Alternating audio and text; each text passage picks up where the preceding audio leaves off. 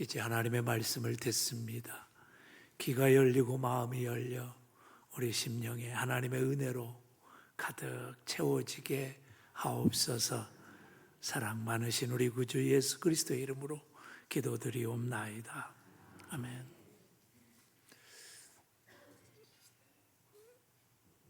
요즘에 가끔 인터넷에 어떤 프로그램을 들어가 보면 이렇게 묻는 게 있습니다. 얼마나 행복하셨습니까? 최근에 얼마나 감사한 적이 있습니까? 제가 그런 질문을 받고 거기에 표를 하려고 하다 보니까 난 정말 행복한가 생각해 보게 됐어요. 여러분은 행복하십니까? 아침에 일어나서 옷을 입으면서 야, 내 두 팔이 움직여서 옷을 입게 되다니 감사하다. 그렇게 생각해 본 적 있어요? 내가 아침을 먹어보면서 야, 아침을 이 밥을 먹게 된 것, 얘기를 들어보니까 못 먹는 사람이 그렇게 많다는데 그래서 감사해 본 적이 있을까요? 물 한 잔을 마시면서 목구멍에 물이 안 들어가 그렇게 힘들어하는 사람이 있는데 나는 정말 감사한 사람인가 그렇게 느껴본 적이 있나요? 톨스토이가 인생론이라는 책을 썼습니다. 거기에 보면 사람이 행복을 느끼는 세 가지 비결이 있다 그런 얘기를 해요. 첫째는 뭐냐면 함께 있는 사람들이 존재해줘서 감사한다. 내 옆에 앉아있는 사람. 지금도 한번 잠깐 보세요. 내 옆에 앉아줘서 감사합니다. 그 느끼세요? 제가 한 번 더 하면 10번쯤 하는 얘기인지 모르겠는데 제가 미국에서 공부할 때 한 백인 교회를 갔습니다. 퍼스트 프레스베터리안 처치 제1장로교회란 데예요. 갔는데 저 혼자 갔어요. 갔는데 제일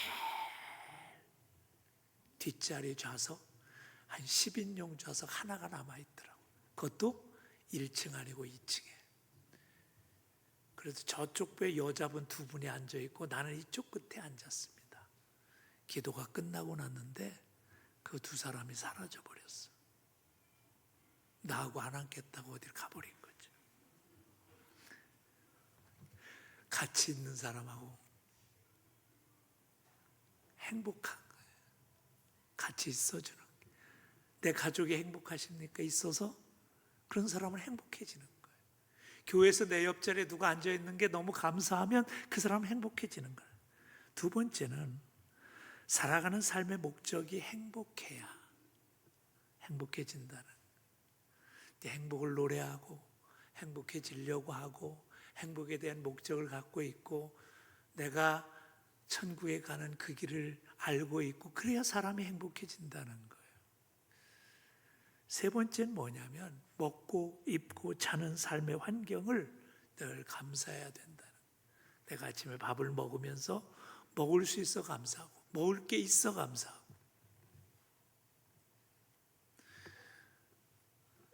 제가 탈북 선교를 오래 전에 했습니다. 30여 년 전에. 근데 그래가지고 한국에 사람을 북한 아이들을 탈북민을 처음으로 데려왔어요. 근데 걔들이 한강변에서 제일 신경질 난 게 뭔지 아세요? 밥 먹고 왜 뛰냐 이거예요. 우린 먹을 게 없는데. 근데 그게 이해가 안 됐어요. 근데 자주 만나다 보니까 밥을 먹을 수 있다는 게 행복하다는 사실을 깨닫게 됐어요. 이해가 안 되는 거예요. 살 빼기 위해서 뛰는 사람이. 성경은 이렇게 얘기합니다. 무엇을 먹을까, 무엇을 마실까, 무엇을 입을까 염려하지 말라. 그런 것들로 염려하는 건 하나님을 믿지 못하는 거라는 거예요. 근데 여러분 어때요? 먹는 것 가지고 감사하십니까? 환경으로 인해서 감사하십니까? 그래서 제가 지난 한 주간 얼마나 감사하셨습니까? 라는 질문에 가만히 생각해 봤어요. 얼마나 내가 감사하며 살았을까? 나는 얼마나 행복한가? 여러분, 중요한 건 뭐냐면 나를 돌보시는 하나님이 내 곁에 계시고 그분이 나를 늘 인도하신다는 사실을 내가 믿으면 행복해져요. 근데 그렇지 않으면 염려와 근심이 나를 지배하기 시작하는 거예요. 여러분, 사막에는 물이 없습니다. 그럼에도 불구하고 사막에 짐승들이 살고 곤충들이 삽니다. 어떻게 살까요? 거기에 하나님과 생물들만 아는 비밀이 있습니다. 사막은 낮에는 덥고 밤에는 찹니다. 그래서 추워요. 그런데 그 온도 차이가 한 가지 비밀을 만들어냅니다. 밤사이에 이슬이라는 것을 만들어요. 그래서 여우는 뭘 먹고 사는지 아세요? 바위에 내린 이슬 먹고 사. 개구리는 뭘 먹고 사는지 아세요? 자기 등에 맺히는 이슬을 먹고 삽니다. 풍뎅이는 어떻게 할까요? 그 딱딱한 자기 등껍질에 내린 이슬을 방향을 조절해서 그걸 먹고 산다는 거예요. 얼마나 오묘해요. 하나님이 이 땅에 생명을 두셨고 그 생명을 하나도 남김없이 생육하고 키우시는 놀라운 비밀이 있다는 거예요. 하물며 너희 인간일까 보냐. 하물며. 그래서 여러분, 우리가 때때로 인생을 살 때 허무할 때가 있어요. 인생이 막막할 때가 있어요. 메마른 광야를 걸어가는 그런 인생인 것처럼 느낄 때가 있어요. 그때가 뭐냐? 이슬을 먹을 수 있을 때예요. 이 이슬은 뭐예요? 하나님이 주신 은혜인 거지요. 오늘 이스라엘 백성이 광야를 갑니다. 애굽에서 나와서 한 달이 지나가서 이제는 먹을 게 다 떨어지기 시작합니다. 그랬더니 걱정이 생겨요.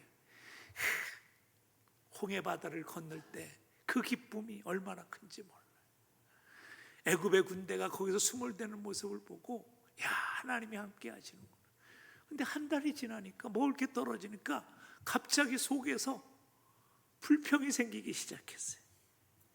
그래서 3절에 보면 이렇게 말합니다.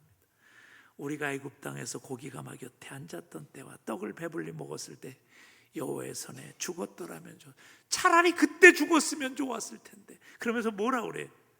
너희가 이 광야로 우리를 인도하여 내어 온 회중으로 줄여 죽게 하는도다. 여기서 굶어 죽게 만드는구나. 원망하기 시작합니다. 누구를요? 모세를. 참, 홍해 바다를 건널 때 얼마나 감격했어요. 그 하나님의 은혜를 고백하며 기뻐하며 찬양의 노래를 불렸던 그들이 이제는 원망합니다. 여러분, 가만히 생각해 보세요. 요즘 내 인생이 풀리지 않고 뭔가 답답한 일이 있고 자녀들이 속을 새기고, 그래서 혹시 원망하고 있지는 않습니다. 우리가 종종 인생을 살면서 걸리는 병이 뭐냐면 원망의 병이에요. 남의 탓하는 병이에요. 내가 부모님을 잘못 만났고, 내가 내 가족을 잘못 만났고, 내가 환경을 잘못 태어났고 하는 이 원망의 병이 우리들한테 들어오면 우리 인생은 뭐예요? 망가지는 거죠. 근데 성경은 우리 보고 원망하지 말라고 하면서 경고하시는 거예요. 오늘 본문의 뒷절에 있는 7절에도 보면 뭐라고 되어 있어요? 여호와께서 너희가 자기를 향하여 원망함을 들으셨음이라. 하나님이 우리의 원망을 듣는데요. 그리고 더 기가 막힌 말씀을 하세요. 내가 너희에게 들은 대로 행하리라. 뭐라고 원망하셨어요? 나는 인생에 되는 게 없어. 이러니 차라리 죽는 게 나아. 그럼 하나님이 어떻게 하시는 거예요?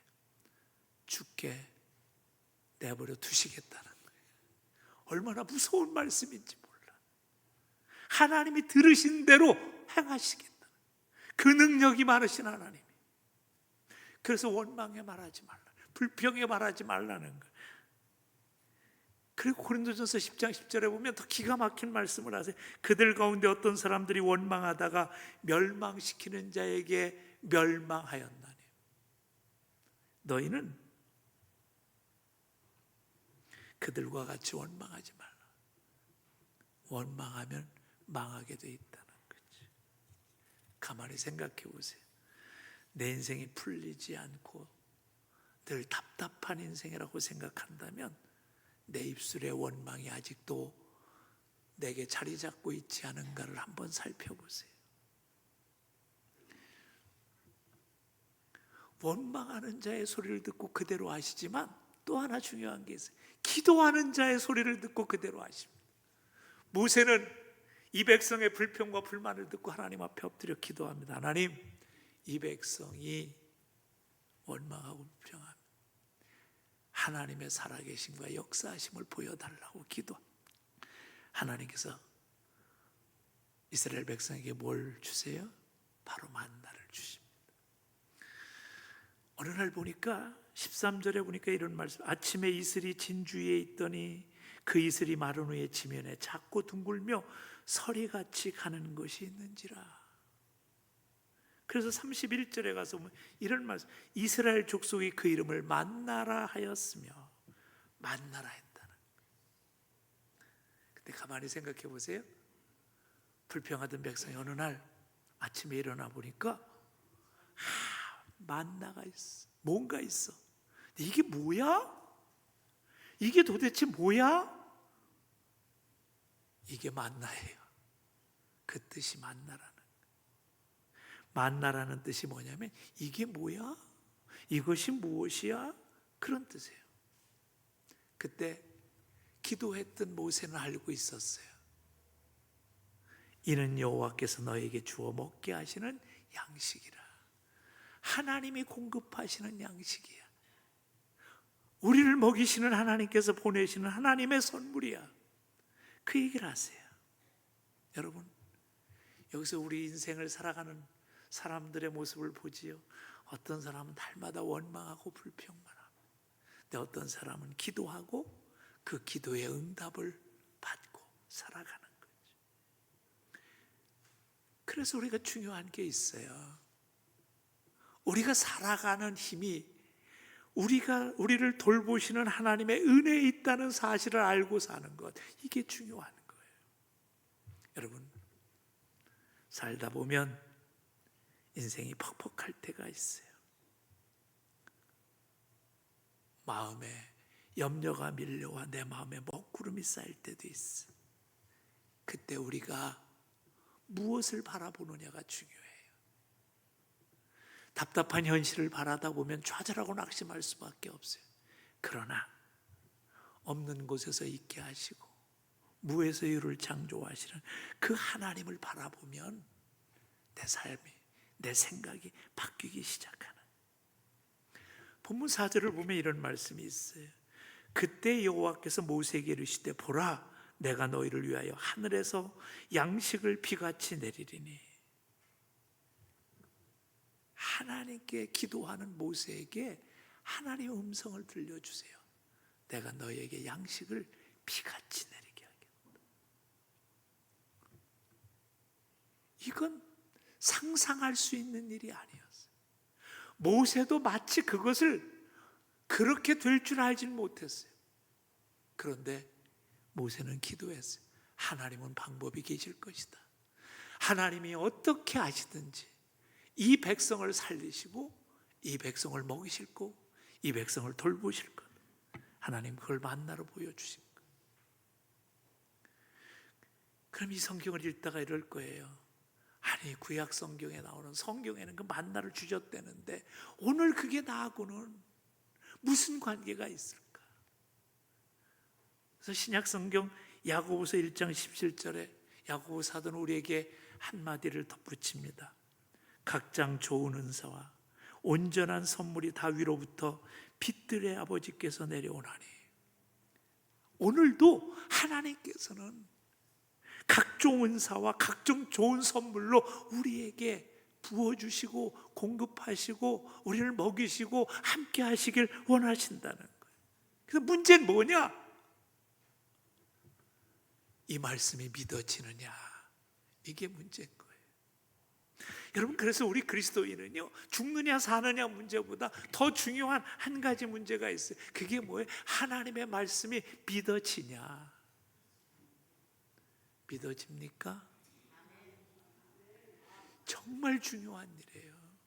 우리가 하나님을 믿는다고 그래서 성전에 모여요. 그리고 어디 가면 우리 예수님 믿습니다, 그렇게 고백해요. 근데 정말 하나님이 들려주시는, 내가 너의 인생을 돌보고 내가 너를 먹이고 내가 너를 지키고 내가 너를 인도하겠다는 말씀이 믿어지냐는 거예요. 이게 믿어져야 돼요. 4절에 보면 재미난 말씀이 나와요. 내가 시험하리라. 내가 너희를 시험하겠다는 거예요. 시험하겠다. 근데 그 시험이 뭐냐면, 우리가 하나님의 약속을 믿느냐 안 믿느냐를 하나님이 늘 우리에게 도전시키시고 우리에게 깨닫게 하시고 하는 시험을 주신다는 거예요.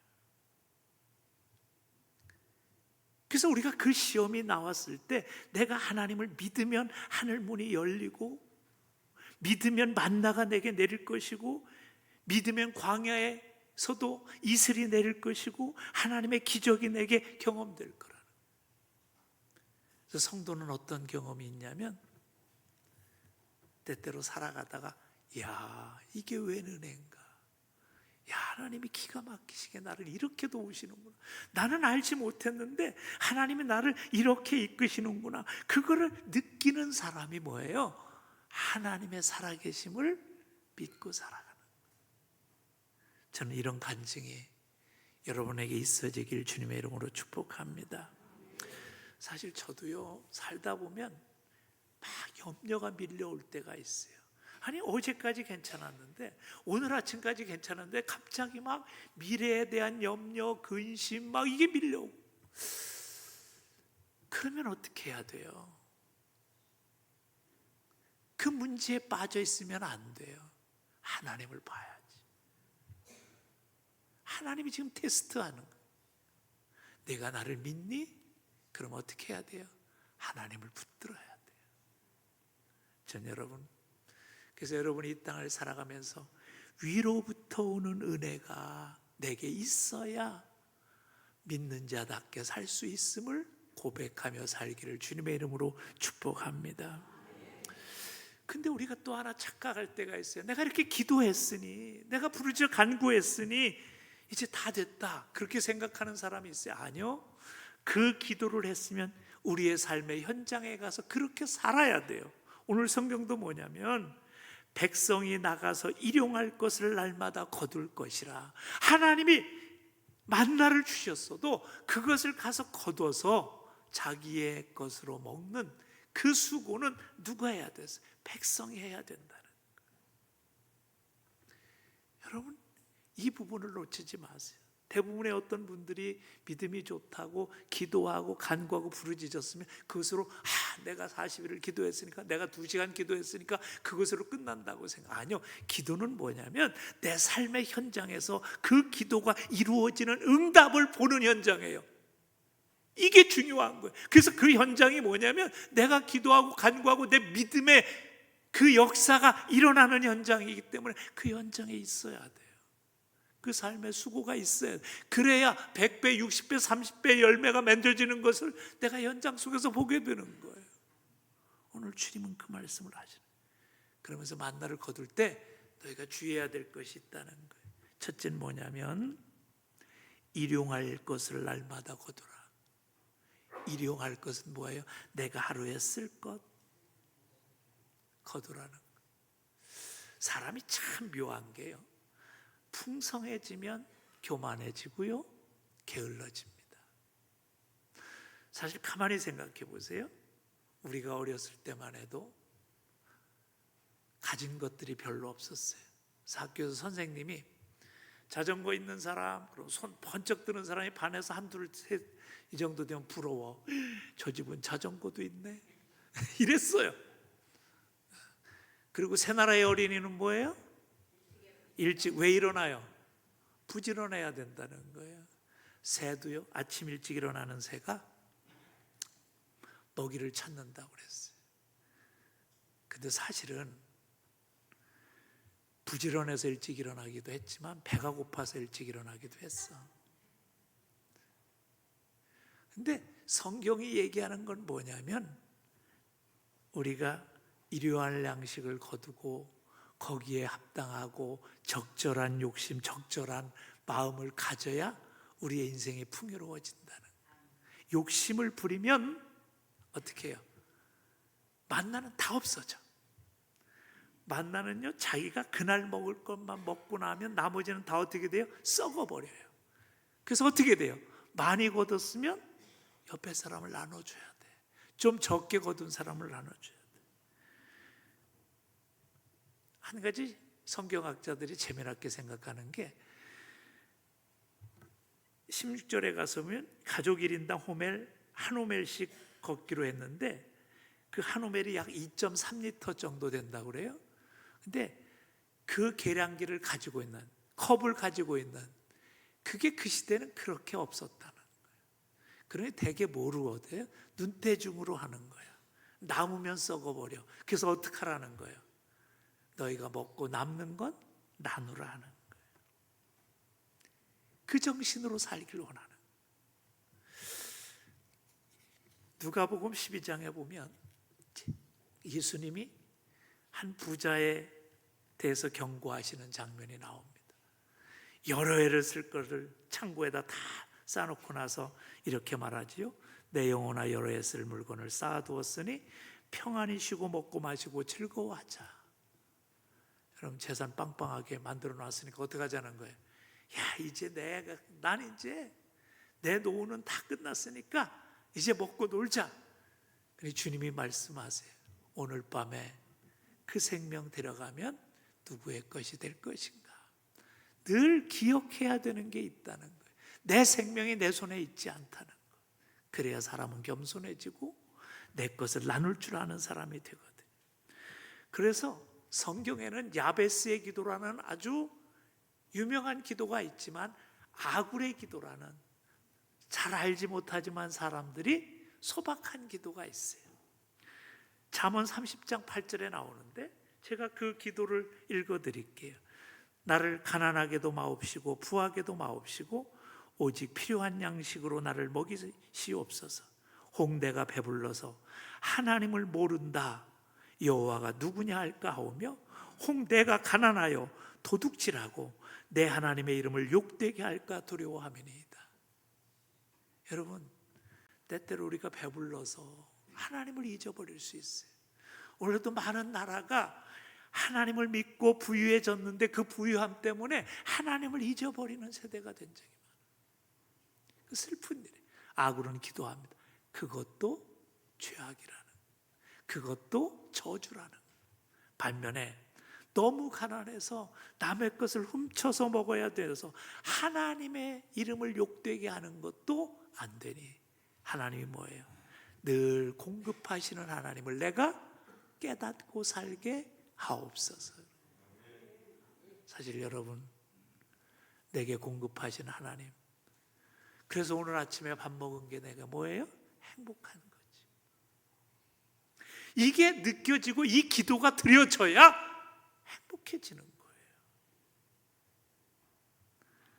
또 하나 중요한 만나의 원리가 있어요. 그게 뭐냐면 만나는요, 해가 뜨면 눈처럼 도가 없어집니다.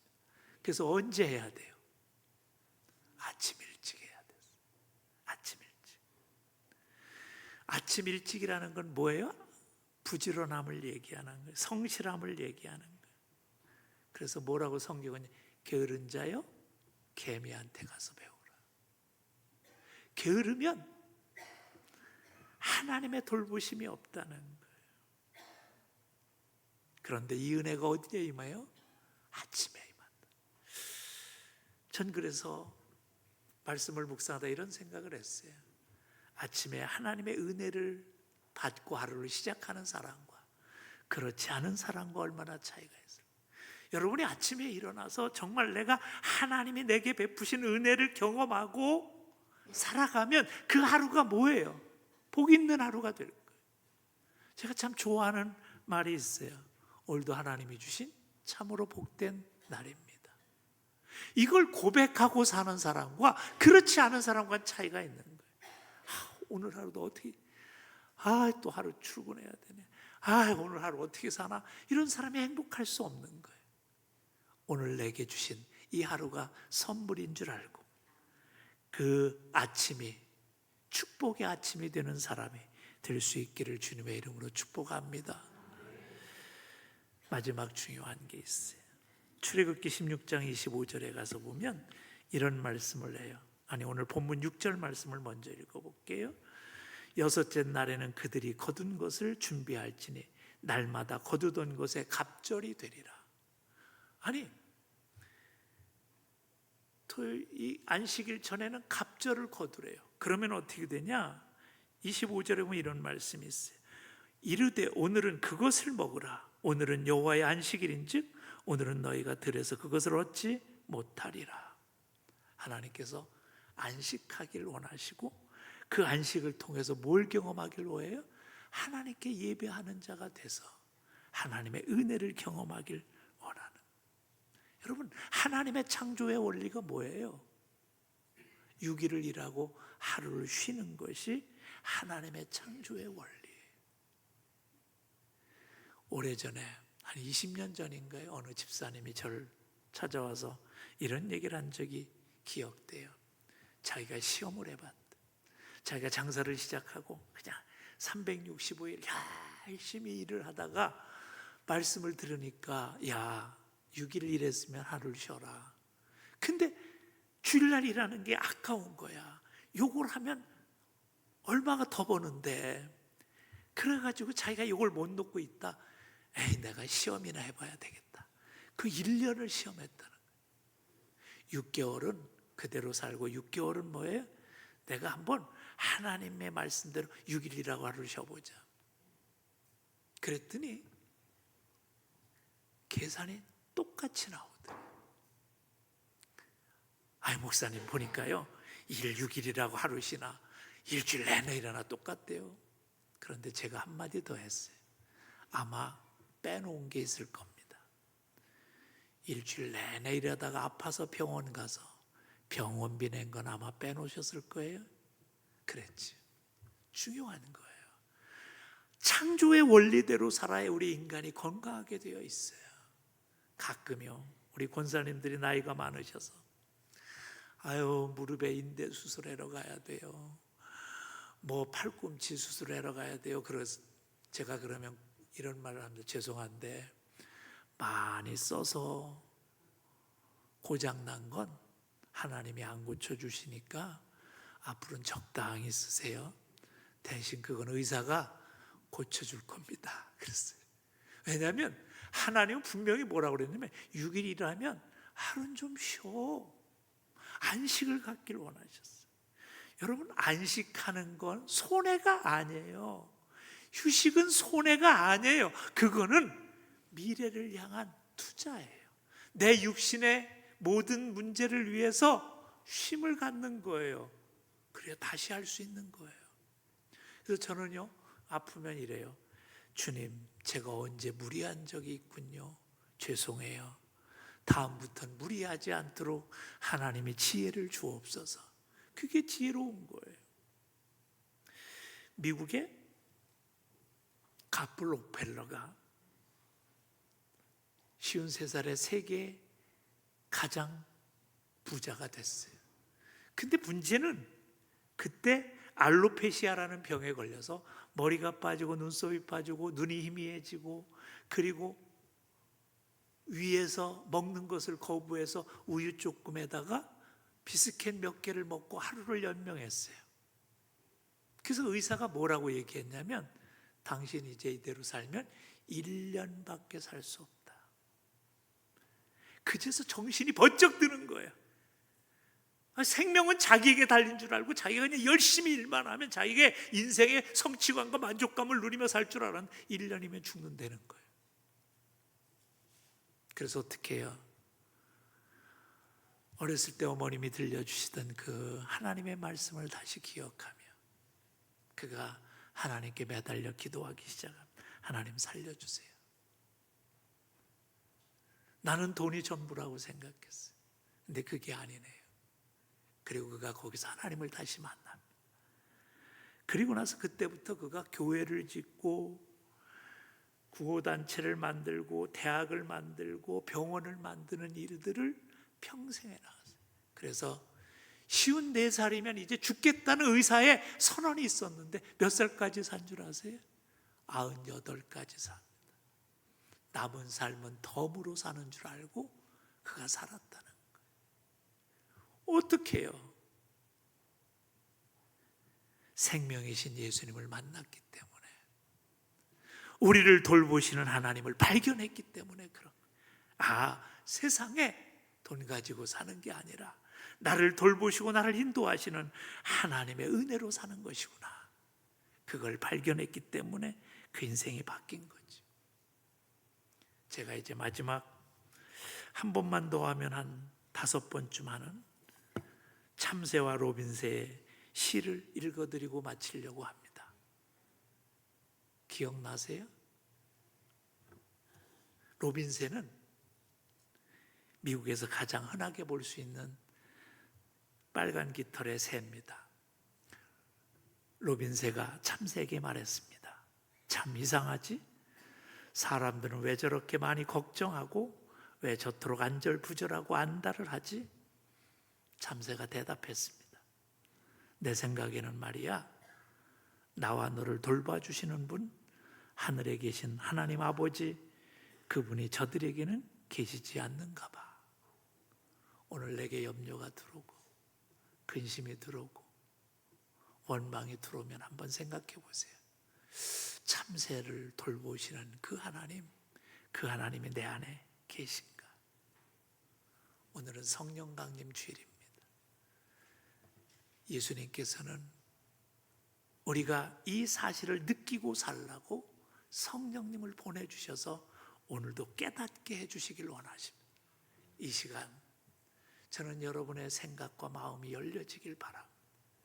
그리고 나를 돌보시는 하나님의 은혜로 사는 것이 그리스도인임을 깨닫고 느껴지는 시간이 될 수 있기를 주님의 이름으로 축복합니다. 기도드립시다. 하나님 감사합니다. 오늘 주님이 주신 말씀을